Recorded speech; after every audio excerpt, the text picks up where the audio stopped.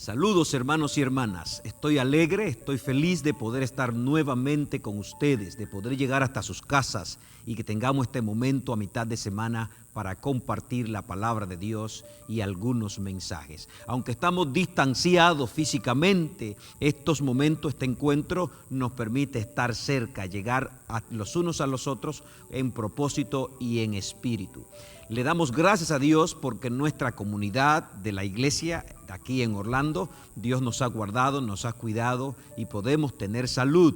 No ha sido el caso de otras comunidades de hermanos cristianos nuestros, así que te pido que oremos por ellos, como el caso de New York, de New Jersey, de Miami y de otros lugares. Que oremos por ellos para que Dios los bendiga y también los sostenga en estos momentos de pruebas. A pesar de que en nuestra iglesia todo está bien, tenemos familias de hermanos de la iglesia que no están bien, algunos de ellos ya en el hospital, así que intensifiquemos nuestras oraciones para que Dios bendiga a esta gente y su Santo Espíritu pueda acompañarle. Algunas informaciones, ya ustedes están viendo y están oyendo de que algunas instituciones se están abriendo al público. Nosotros como iglesia caemos en la etapa 3.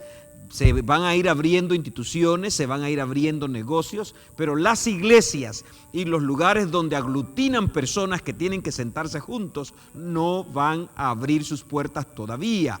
Pero alabamos a Dios que ya ese tiempo podría estar llegando. Queremos invitarte a que mantenga las reglas de higiene, las reglas de limpieza, porque aunque se está abriendo y las personas se están saliendo, aunque eso está ocurriendo, aún no hay una vacuna, un remedio para el virus. Significa que el peligro sigue allí afuera, el peligro sigue para ti y para tu familia. Por eso mantengamos, no nos cansemos de los guantes, de las mascarillas, de lavar las manos, de mantener el distanciamiento físico, no nos cansemos. Cuando llegue el momento de abrir nuestro templo, te lo vamos a informar, así que estate allí pendiente y mantengámonos orando para que de esta pandemia y de esta crisis la iglesia salga más fuerte, la iglesia salga fortalecida. Quiero invitarte a la palabra de Dios. Vamos a la Biblia. Pidámosle a Dios que en este tiempo nos fortalezca y nos bendiga a través de su palabra. Hoy quiero estudiar otra parábola con ustedes. La semana pasada empecé mirando una parábola, la parábola del trigo y la cizaña. Esta vez yo quiero estudiar con ustedes una segunda parábola. Si el tiempo nos permite, estaremos cada miércoles mirando una parábola diferente. Las parábolas son poderosas, son una manera eficiente, eficaz de transmitir mensajes y de grabarlo en el corazón y en la mente, porque podemos recordarla, podemos guardarla. Es como una historia, es como un relato, es una analogía. Y la gente graba más cuando tú le haces una historia, cuando le haces un cuento, cuando le haces un relato. Hoy quiero invitarte a una de las parábolas más cortitas que hay en la Biblia, San Mateo capítulo 13, específicamente los versículos 31 y 32. Quiero que miremos juntos la parábola del grano de mostaza o la parábola de la semilla de mostaza. La Biblia dice, San Mateo 13, 31 y 32. Otra parábola les refirió diciendo, el reino de los cielos es semejante al grano de mostaza que un hombre tomó y sembró en su campo. Esta es, a la verdad, la más pequeña de todas las semillas, pero cuando ha crecido es la mayor de todas las hortalizas y se hace árbol, de tal manera que vienen las aves del cielo y hacen nido en sus ramas. He aquí una parábola cortita. El reino de los cielos es semejante a la semilla de mostaza que tomó un hombre y lo sembró en su campo. A la verdad, esta es la semilla más pequeña, pero dice que al mismo tiempo se convierte en la hortaliza más grande, al punto de calificarla posiblemente como un árbol. El reino de los cielos es semejante a... Jesús acostumbraba a tomar ilustraciones para que sus oyentes pudieran entender mejor en qué consiste o consistirá el reino de Dios. A veces hay terminologías y hay conceptos que no es tan fácil explicar, pero cuando usted logra ilustrarlo con una historia, con una analogía o con una parábola, al final se puede entender mejor. Y Jesús dice, el reino de los cielos es semejante a... y en este caso habla de la semilla de mostaza. La semilla de mostaza que es ampliamente pequeña. No se puede decir que es la más pequeña de todas, pero en el contexto judío la semilla de mostaza era símbolo de pequeñez y la usaban para comparar con lo más pequeño. Por ejemplo, en la Biblia, el mismo Jesús suele usar esa expresión semilla de mostaza para hablar de algo muy pequeño. En un momento le dijo a los discípulos: si tuvierais fe como un grano de mostaza, podréis decirle a este monte: muévete de aquí y ponte allá. En otras palabras, cuando se quería comparar a una cosa con algo muy pequeño, solía usarse el ejemplo de la semilla de mostaza. Posiblemente el Señor está hablando aquí de lo que se conocía como la mostaza negra. La mostaza negra echaba una pequeñita semilla negra, crecía en las hortalizas, crecía en los huertos, y si el terreno era fértil, una semilla de mostaza podía dar un arbusto de hasta 4 metros. De hecho, hay testimonio de personas que han encontrado y visto y que han tenido este tipo de planta. La semillita de mostaza se usaba y se usa para hacer condimentos, se usaba también para hacer remedios y las hojas para comer.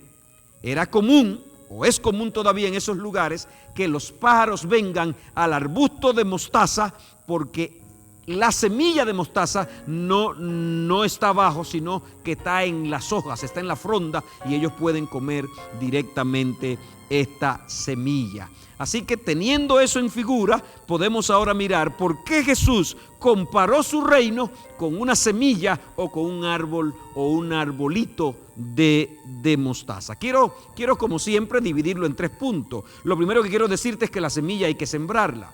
Lo segundo que quiero decirte es que no importa lo pequeña que sea, si en ella está el milagro de la vida, el principio de la vida. Y en tercer lugar, no se quedará pequeña. Esa pequeña semilla se convertirá en un árbol, se convertirá en un arbusto más grande. Hay que sembrarla. La semilla hay que sembrarla. Por mucho que te guste la semilla, por mucho que tú la quieras poseer, si la dejas guardada no va a pasar nada. Si el agricultor deja el grano en el granero, si el agricultor deja el grano guardado, no va a pasar gran cosa. Para el agricultor poder tener grano y semilla para el próximo año, tiene que sembrar la que tiene ahora. Si el agricultor quiere conservar su grano con él y no está dispuesto a tirarlo, mañana no tendrá fruto. De hecho, eso es un principio del reino de Dios y un principio de la vida. La única manera de retener la vida es tirándola. No hay manera de que usted retenga el grano si lo guarda. Para retener el grano hay que tirarlo. Paradoja. Hace tiempo que le vengo hablando a ustedes de las paradojas del reino de Dios. Si el ser humano, tú y yo, tendemos a creer que para retener algo yo me lo quedo, lo guardo, lo dejo conmigo. Pero en el reino de Dios, el que quiere retener la salvación tiene que compartirla. En el reino de Dios, el que quiere tener pan, tiene que dar el pan. Porque la Biblia enseña que cuando damos, recibimos. Y en el reino de Dios, cuando se trata de la semilla, si quiere que la semilla germine, prospere y avance, tiene que tirarla. La semilla tiene que ser sembrada. Otro elemento que yo veo allí en el verso 31 es que dice que es semejante a un señor, a un hombre que sembró la semilla en su campo. Y esto me encanta porque este que siembra la semilla es Jesús, este que siembra la semilla es Dios. Por extensión nosotros aprendimos en la parábola anterior. Pero me gusta que dice en su campo. Y aprendimos que el campo donde se siembra la semilla es el mundo. Significa que este mundo es de Dios. A veces pensamos que este mundo no es de Dios. A veces pensamos que el propietario de este mundo no es Dios. A veces pensamos que el propietario de este mundo es el enemigo de Dios. Pero dice la Biblia que sembró la semilla en su campo. Aunque en este mundo hay poderes, hay gobiernos, hay personas, y a veces nosotros mismos queremos hacer lo que nos viene en gana, al fin de cuentas este mundo es de Dios. Y yo quiero decirte, amigo, que aunque haya enfermedad, aunque haya dolor, aunque haya problema, este mundo es de Dios. Dios, y va a llegar el momento que Dios echará de este mundo todo dolor, todo problema, toda impiedad, toda dificultad. Dios la apartará completamente y hará un mundo nuevo y un mundo perfecto, porque este mundo es de Dios. Así que número 1, la semilla para que germine, para que crezca, para que dé un árbol, tiene que ser sembrada. Número 2, la semilla al principio es pequeña, es muy pequeña. El reino de Dios empieza pequeño, no empieza abruptamente, no empieza haciendo bulla, haciendo escándalo, empieza pequeño. Cuando los dirigentes judíos miraban a Jesús predicar y andar de sitio en sitio, y cuando los líderes judíos orgullosos y muy autosuficientes miraban a los discípulos de Jesús y a la gente que seguía a Jesús, los discípulos de Cristo eran agricultores, los discípulos de Cristo eran pescadores, los discípulos de Cristo eran hasta publicanos, gente despreciada. Cuando ellos miraban ese grupo de gentes atrasadas siguiendo a Jesús, ellos decían: ¿y cómo es que este hombre piensa establecer un reino? ¿Y cómo es que este se autollama el Mesías y piensa establecer un reino que gobierne todo el mundo? Minimizaban, empequeñecían, denigraban a los seguidores de Cristo y denigraban el proyecto que Jesús estaba presentando. Pero el reino de Dios no empieza en grande, el reino de Dios empieza en pequeño. Y puedes notar como ese Pedro, como ese Juan, como esos discípulos de Cristo que empezaron pequeño, que nadie le veía futuro, que no eran promisorios, cómo trastornaron el mundo, cómo lo cambiaron todo. Se empieza en pequeño, a la vista de los hombres puede ser pequeño, pero luego se hace grande. Así también es el reino de Dios cuando llega a tu corazón. Así también es el reino de Dios cuando llega a tu vida, a mi vida. Cuando el reino de Dios llega a nosotros, entra sutilmente, entra suavemente. Las palabras que alguien te dijo, el mensaje que alguien te presentó, y posiblemente nadie se da cuenta. Tocó tu corazón, tú lo sientes, pero no se ve, no se oye, nadie se da cuenta. Pero esa semilla plantada en tu corazón, esa semilla del evangelio plantada en tu corazón, cuando empieza a tomar forma, cuando tú empiezas a rendirle tu corazón a Cristo, va creciendo, y llega un momento que tú no puedes callar, llega un momento que no puedes estar tranquilo, llega un momento que transforma tu manera de hablar, transforma tu manera de pensar, transforma lo que haces, transforma tu vida. Y a ese que estaba en un rincón, cuando el evangelio es penetrado como una semilla en su ser, le transforma su vida al punto de hacer cosas grandes para Dios. En esta parábola de la pequeña, de la semillita de mostaza, el Señor está diciendo que su reino comienza pequeño en este mundo y en la vida de alguien, pero va creciendo hasta dominarlo todo. Y ese es el punto número 3. Crece. El reino de Dios no fue hecho para quedarse estancado. El reino de Dios fue hecho para crecer. Y como lo estoy usando en dos figuras, el reino de Dios debe crecer en esta tierra y debe crecer en tu vida y en mi vida. Cuando Cristo empezó en Galilea, cuando Cristo empezó en Palestina, cuando empezó en Judea con un grupito de personas, nadie le auguraba éxito. La gente sabia, la gente con lógica, los grandes maestros no pensaban que este Galileo, rodeado de otros Galileos, y entiéndase que en el argot judío en ese tiempo, hablar de un Galileo era hablar de gente no promisoria, de gente que no tenían mucho futuro. Por eso en el libro de Hechos capítulo 2, cuando los discípulos de Cristo hablaban en lenguas y predicaban con poder, la gente decía: ¿y no son estos Galileos los que están hablando? Como diciendo: ¿y quiénes son ellos? Por eso Caifás y Anás, para convencer a Nicodemo y a otros, le dijeron: ¿no te das cuenta que es un Galileo? ¿Cuándo ha salido algo bueno de Galilea? No, el reino de Cristo crece, aunque para algunos parezca que no va a crecer. Aunque mucha gente no le auguraba éxito a Jesús y a su grupo de discípulos, la palabra de Dios enseña que en poco tiempo trastornaron el mundo. Y hoy, alrededor de 2000 años después, el evangelio sigue vivo, sigue fuerte, alcanzando por todas partes, porque el reino de Dios está siendo establecido, el reino de Dios está siendo fundado. Así ocurre también en nuestra vida.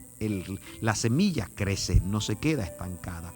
Y como te dijera en otra parábola, Si el Señor plantó la semilla en ti y el reino de la gracia empezó a establecerse, no lo dejes estancar.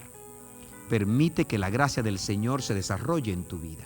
Permite que el reino de Dios se establezca en tu vida. No permita que la semilla se quede ahí. Deja que la semilla germine, que tu vida crezca, que tú puedas avanzar y que pueda crecer para gloria de Dios. Al final la parábola dice que el árbol o arbusto de hortaliza crece tan grande que los pájaros vienen y hacen nido en ella. Y los expertos en este tipo de planta dicen que los pájaros suelen venir a este árbol para comer los granos o las semillas de mostaza que están por todas partes. Al fin de cuentas, cuando crecemos en la gracia, al fin de cuentas, cuando el reino de Dios se establece y se desarrolla, es para bendecir a otros, es para alcanzar a otros, es para que otros sean bendecidos y para que el evangelio siga siendo plantado. Alabado sea el Señor. En resumen, el Señor quiere que entendamos los principios de su reino. Su reino empieza como una semillita que debe ser sembrada, que debe ser plantada, pero que luego va a crecer hasta establecerse completamente. Mi deseo es que en tu corazón el reino de Dios se esté estableciendo. Mi deseo es que en tu corazón el reino de Dios se haya establecido. Mi deseo es que si no se ha establecido, tú permitas que la semilla del evangelio sea sembrada en tu corazón y tú puedas crecer. Pero además de eso, mi deseo, el deseo de Cristo y de su palabra, es que su reino sea establecido en este mundo hasta el punto de llenar toda la tierra. Que Dios te bendiga, que Dios nos bendiga y que su reino sea establecido en nosotros. Vamos a orar. Amado Dios y Padre bueno, Señor, gracias porque tú nos escoges, no importa quiénes seamos. Planta la semillita de tu gracia, de tu evangelio en nosotros y ella va creciendo, va desarrollando hasta que nos transforma en hijos tuyos a quienes tú puedes usar. Gracias, Señor, porque al fin de cuentas, este mundo, aunque lo vemos así casi perdido, este mundo es tuyo, es tu campo, es tu mundo, es tu tierra, oh Dios. Y qué bueno es saber que mandaste a Cristo a sembrar la semilla poderosa de tu reino y ha de crecer hasta que tu reino llenará toda la tierra. Anhelamos ese día, Señor. Anhelamos ese tiempo cuando la tierra sea gobernada por ti, oh Dios, y tu reino llene todo el universo, llene todo el mundo. Gracias, Señor. Gracias por establecer tu reino en nuestros corazones. Ahora ayúdanos a sembrarlo en el corazón de otros. Alabado sea tu nombre. En el nombre de Jesús. Amén. Amén. Que Dios te bendiga y hasta la próxima entrega.